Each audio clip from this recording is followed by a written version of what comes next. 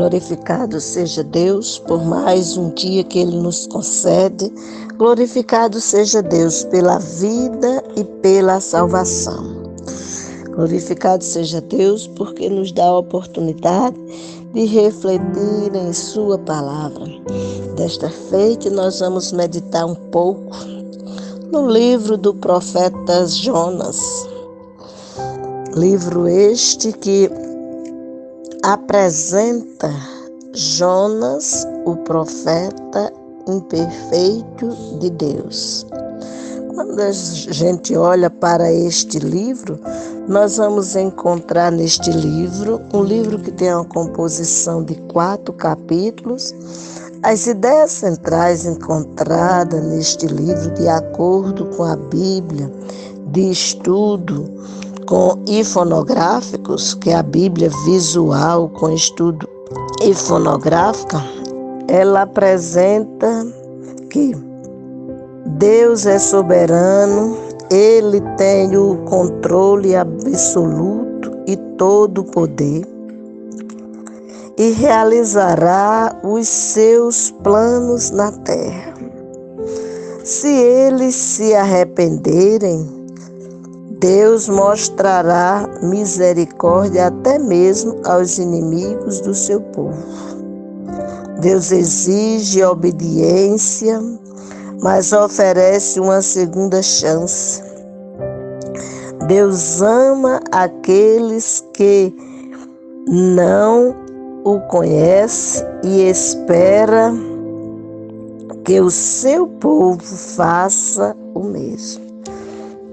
Essas são as ideias centrais encontradas neste livro, um livro que é composto de 4 capítulos e que representa e descreve a ação gloriosa de Deus feita pelos ninivitas através do profeta Jonas.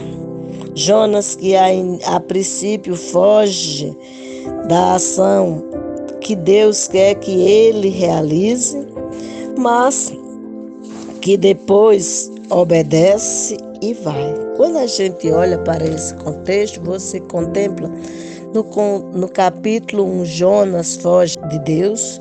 No capítulo 2, a oração de Jonas.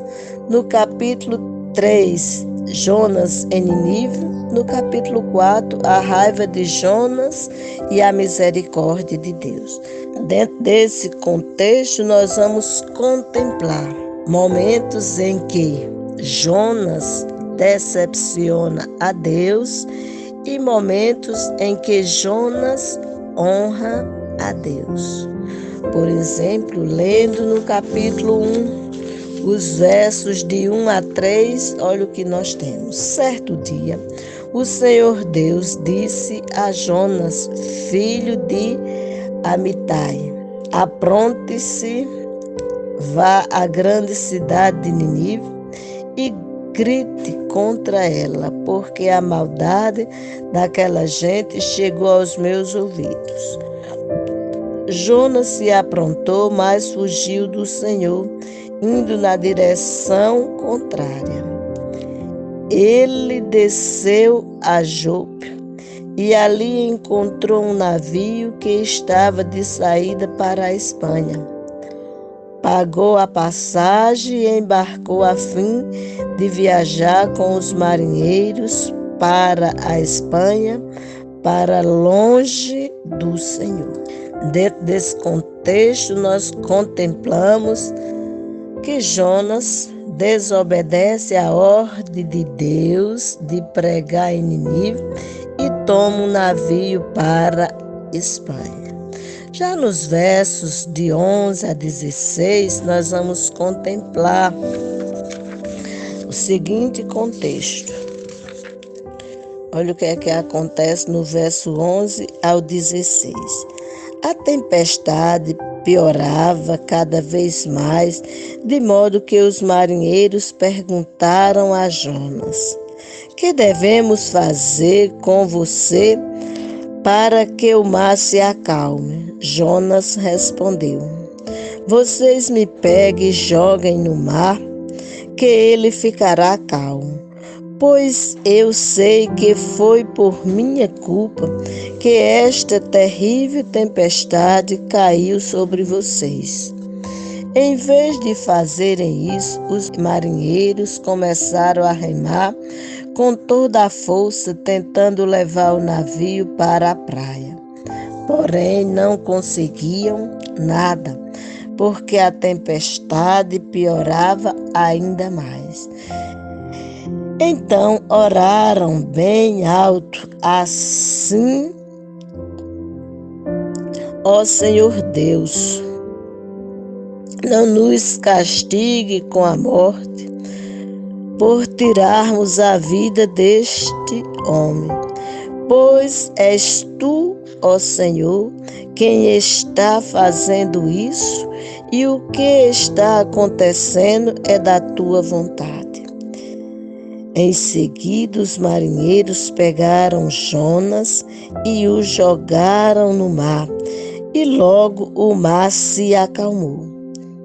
Eles ficaram com tanto medo do Senhor que lhe ofereceram um sacrifício e lhe fizeram promessas. Então, se nós contemplamos nessas duas leituras feitas, a primeira parte, ou seja, os versos de 1 a 3, mostrando Jonas tomando direção contrária à vontade de Deus. E na segunda parte do mesmo capítulo, nós encontramos Jonas obedecendo a Deus. Entretanto, antes disso, nós vamos encontrar dois quadros interessantes que está dentro desse contexto do capítulo 1. O segundo quadro que nós vamos encontrar do contexto que Jonas decepciona Deus é que, por exemplo, ele quando entra no navio com destino à Espanha, ele vai para o porão, dorme durante a tempestade enquanto os outros tentavam descobrir o que estava acontecendo de errado. Como podemos ver essa questão? Quando a gente lê os versos 4 e 5 do texto, a gente vai ver exatamente isso. No entanto, Deus mandou um forte vento e houve uma tempestade no mar. Era tão violenta que o navio estava em perigo de se partir ao meio. Os marinheiros ficaram com muito medo e gritavam por socorro, cada um ao seu Deus. E para que o navio ficasse mais leve, jogaram a carga no mar. Porém, Jonas tinha descido ao porão e ali havia se deitado e caído num sono profundo. Outra questão que nós vamos encontrar ainda nesse capítulo 1 é o do verso 6, em que nós encontramos: não depende a ajuda de Deus para a tempestade. Ou seja, olha o que diz o verso 6. O capitão do navio o encontrou ali e disse: como é que você está aí dormindo?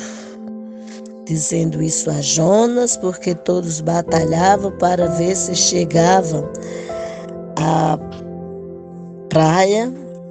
Enquanto isso, Jonas dormia. Então, o marinheiro vai, o capitão do navio o encontrou ali e disse: como é que você está aí dormindo? Levante-se e peça socorro ao seu Deus. Pode ser que ele tenha pena de nós e não deixe a gente morrer. A primeira decepção de Jonas decepcionar a Deus se encontra nos versos de 1 a 3, a segunda nos versos 4 e 5, a terceira no verso 6. em que Jonas é encontrado dormindo, enquanto os demais clamavam a seus deuses que tivesse misericórdia e fizesse algo por aquele povo. Quando a gente lê, eu li uma das primeiras coisas que nós encontramos que honra a Deus, são os versos de 11 a 16 que foram lidos, em que Jonas diz àquele povo que o jogue no mar, porque aquilo que está acontecendo é por causa dele. Já no capítulo 2, nos versos de 1 a 10, nós vamos encontrar Jonas ora a Deus de dentro do peixe. Porque o que é que acontece? Quando a gente olha no contexto que Jonas é jogado no mar, o verso 17 nos diz: o Senhor ordenou que um grande peixe engolisse Jonas, e ele ficou dentro do peixe 3 dias e 3 noites. Agora, ali dentro do peixe, Jonas faz a seguinte oração. Ali dentro do peixe, Jonas orou ao Senhor, seu Deus, dizendo: ó Senhor Deus, na minha aflição clamei por socorro e tu me respondeste do fundo do mundo dos mortos. Gritei pedindo socorro e tu ouviste a minha voz. Tu me atiraste no abismo, bem no fundo do mar.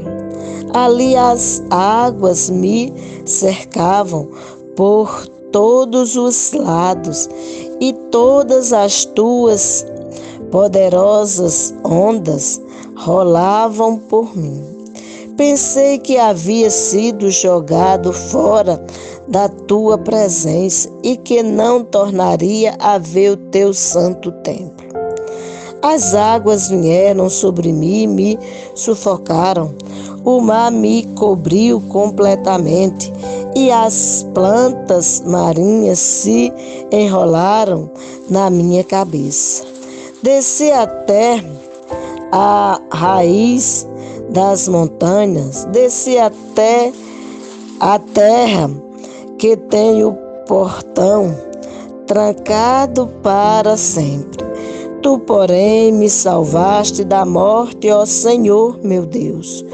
Quando senti que estava morrendo, eu lembrei de ti, ó Senhor, e a minha oração chegou a ti no teu santo templo.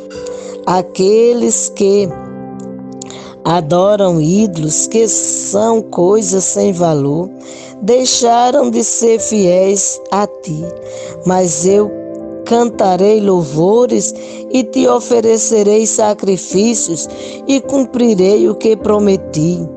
A salvação vem do Senhor.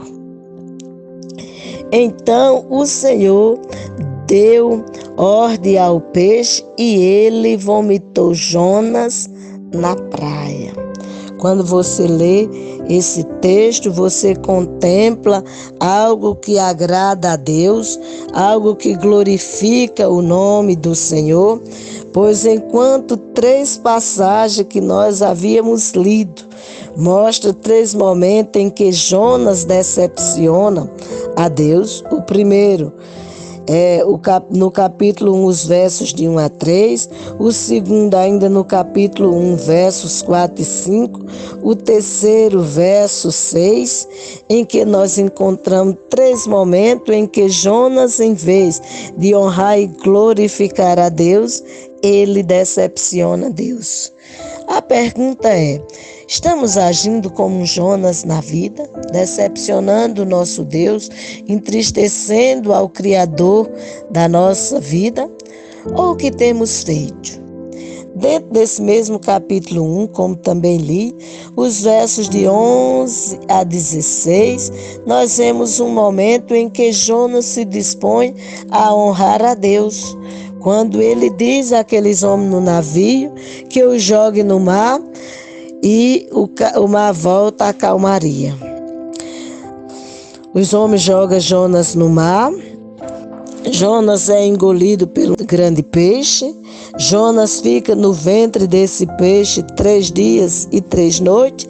E é exatamente aí dentro que Jonas faz a oração, o texto que fora lido, que é o capítulo 2, os versos de 1 a 10.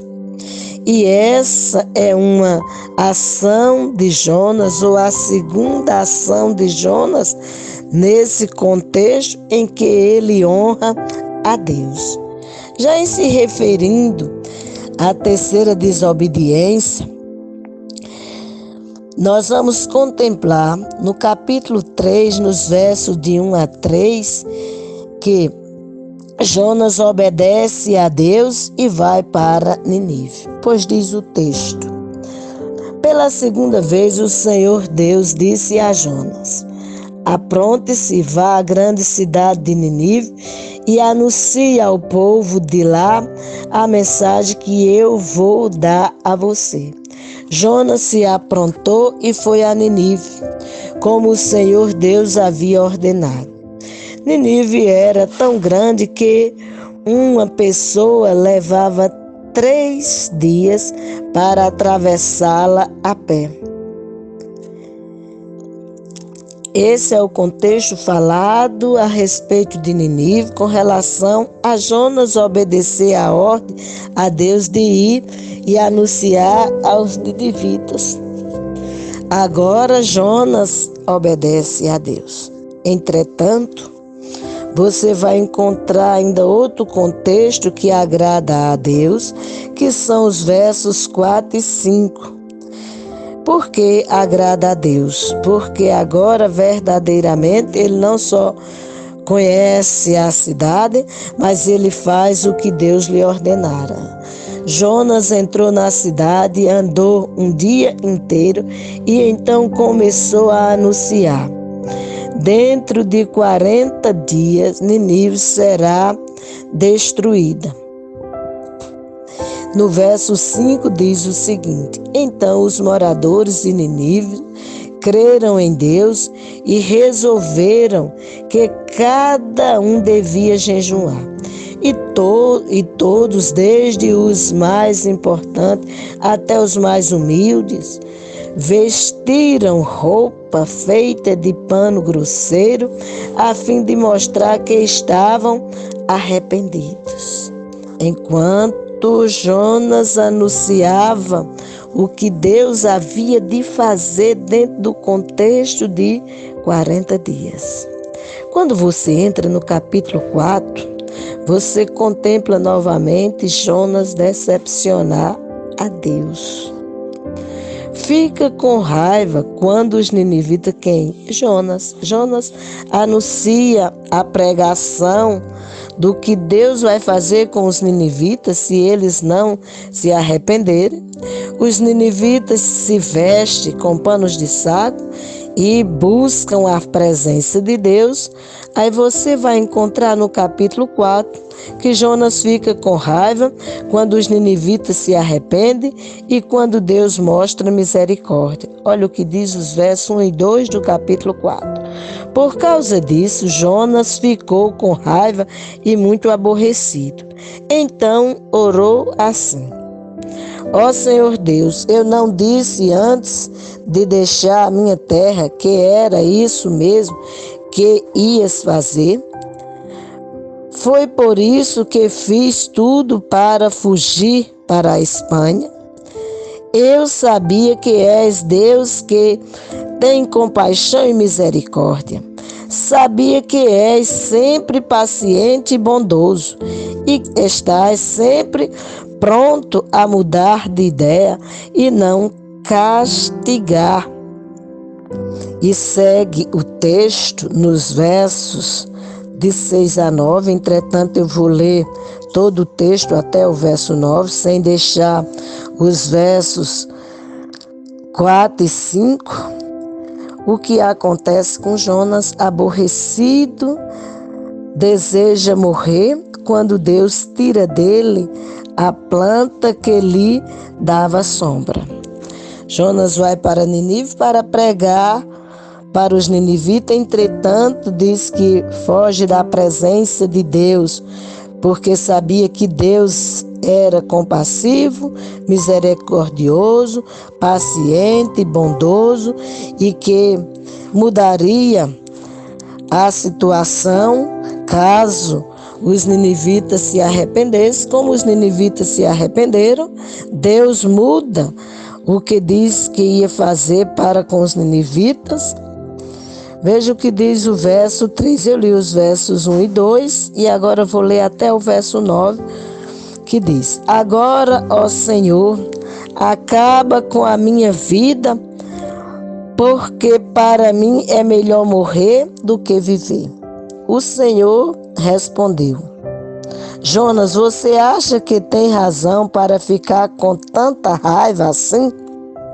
Aí Jonas saiu de Nínive, foi para o lado onde o sol nasce e sentou-se. Depois construiu um abrigo e sentou-se na sombra, esperando para ver o que ia acontecer com a cidade. Então o Senhor Deus fez crescer uma planta por cima de Jonas para lhe dar um pouco de sombra, de modo que ele se sentisse mais confortável. E Jonas ficou muito satisfeito com a planta. Mas no dia seguinte, quando o sol ia nascer, por ordem de Deus, um bicho atacou a planta e ela secou. Depois que o sol nasceu, Deus mandou um vento quente vindo do leste e Jonas quase desmaiou por causa do calor do sol que queimava a sua cabeça. Então quis morrer e disse: Para mim é melhor morrer do que viver. Mas Deus perguntou: Jonas, você acha que está certo ficar com raiva por causa dessa planta?